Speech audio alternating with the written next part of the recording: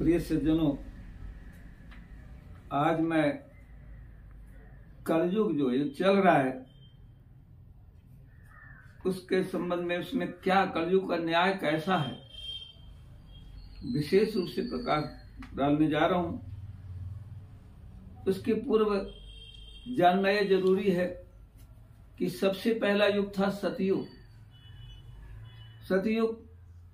सतयुग में आपको मालूम होना चाहिए कि धर्म चारों चरणों में विराजमान था। धर्म के चारों चरण थे।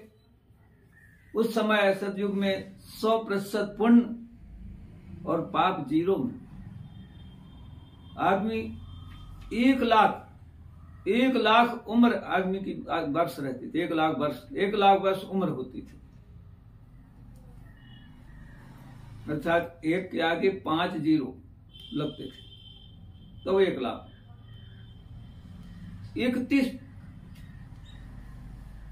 हाथ का आदमी, लंबाई आदमी की 31 हाथ होती थी। और जैसे ही, और उस समय ये भी याद हो कि जो सतयुग था उसमें केवल ध्यान का ज्यादा महत्व था। ध्यान के बल पर ही आदमी बहुत सागर से तरता था। इसके बाद जब त्रेता आया तो त्रेता में जैसे मैंने बताया कि 1 लाख वर्ष सतयुग की थी। 5.0 आगे लगते थे, 1 0 कम हो गए। 1 0 कम कर दिया, 4 0 बचे तो 10,000 वर्ष।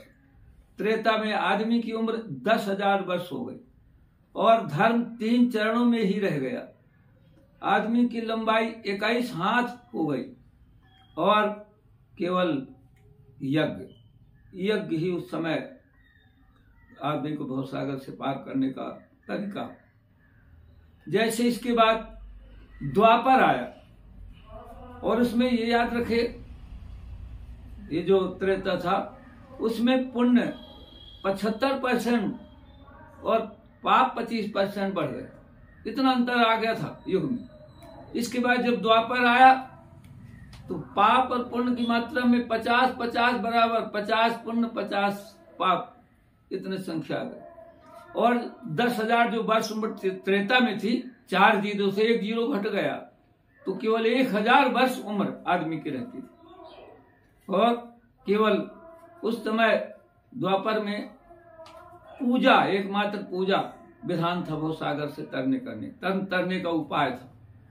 और जो पाप पुण्य की मात्रा थी, तो पाप जो है उस समय जब द्वापर आया तो 50-50 हो गए, अर्थात बराबर 50 पुण्य 50 पाप, और 11 हाथ आदमी की लंबाई होने लगी। इसके बाद अब देखिए जो चौथा युग जो चल रहा है वो कलयुग। जब कलयुग आया तो उसका धर्म का एक ही चरण बचा और आदमी की उम्र जो द्वापर में 1,000 थी, 1 0 और घटाएंगे आप तो केवल 100 वर्ष उम्र, 100 वर्ष। और इतने 100 साथ जो पुण्य की मात्रा 25%, पापों की मात्रा 75% हो गई।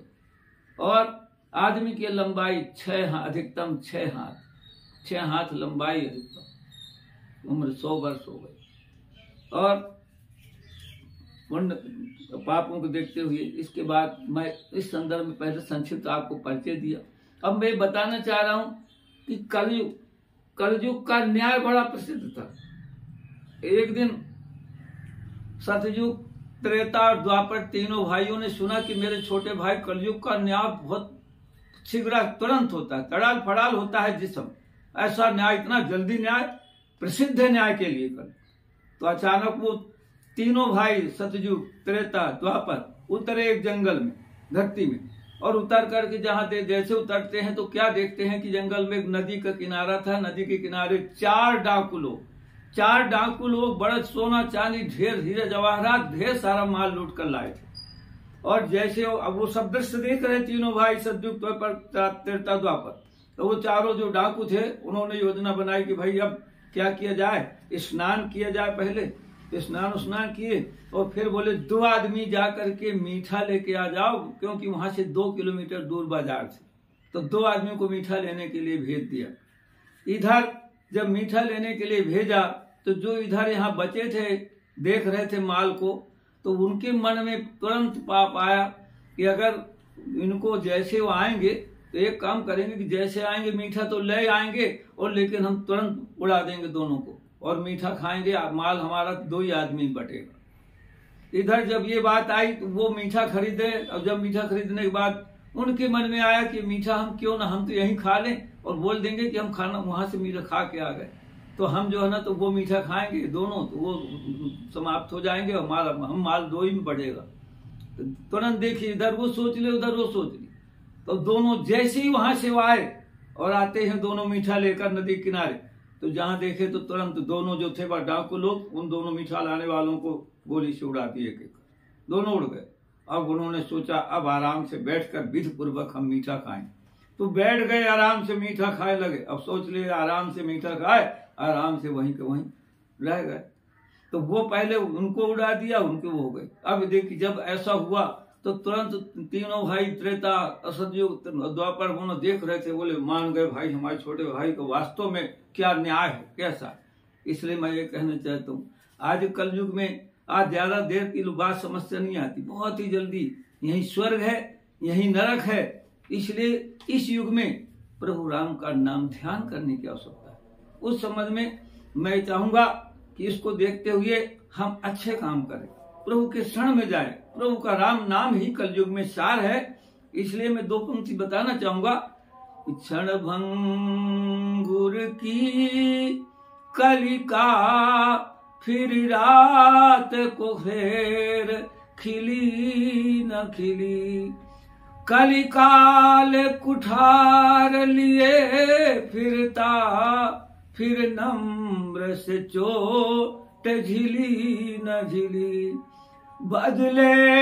भजले रसना श्री नाम अरी, फिर अंत समय में मिली न मिली, फिर अंत समय में मिली न मिली। मैं कहना चाहता हूँ कि फिर बाद में समय मिले या ना मिले, इसलिए मैं अंत में यह कहूंगा कि सीताराम जो नित्य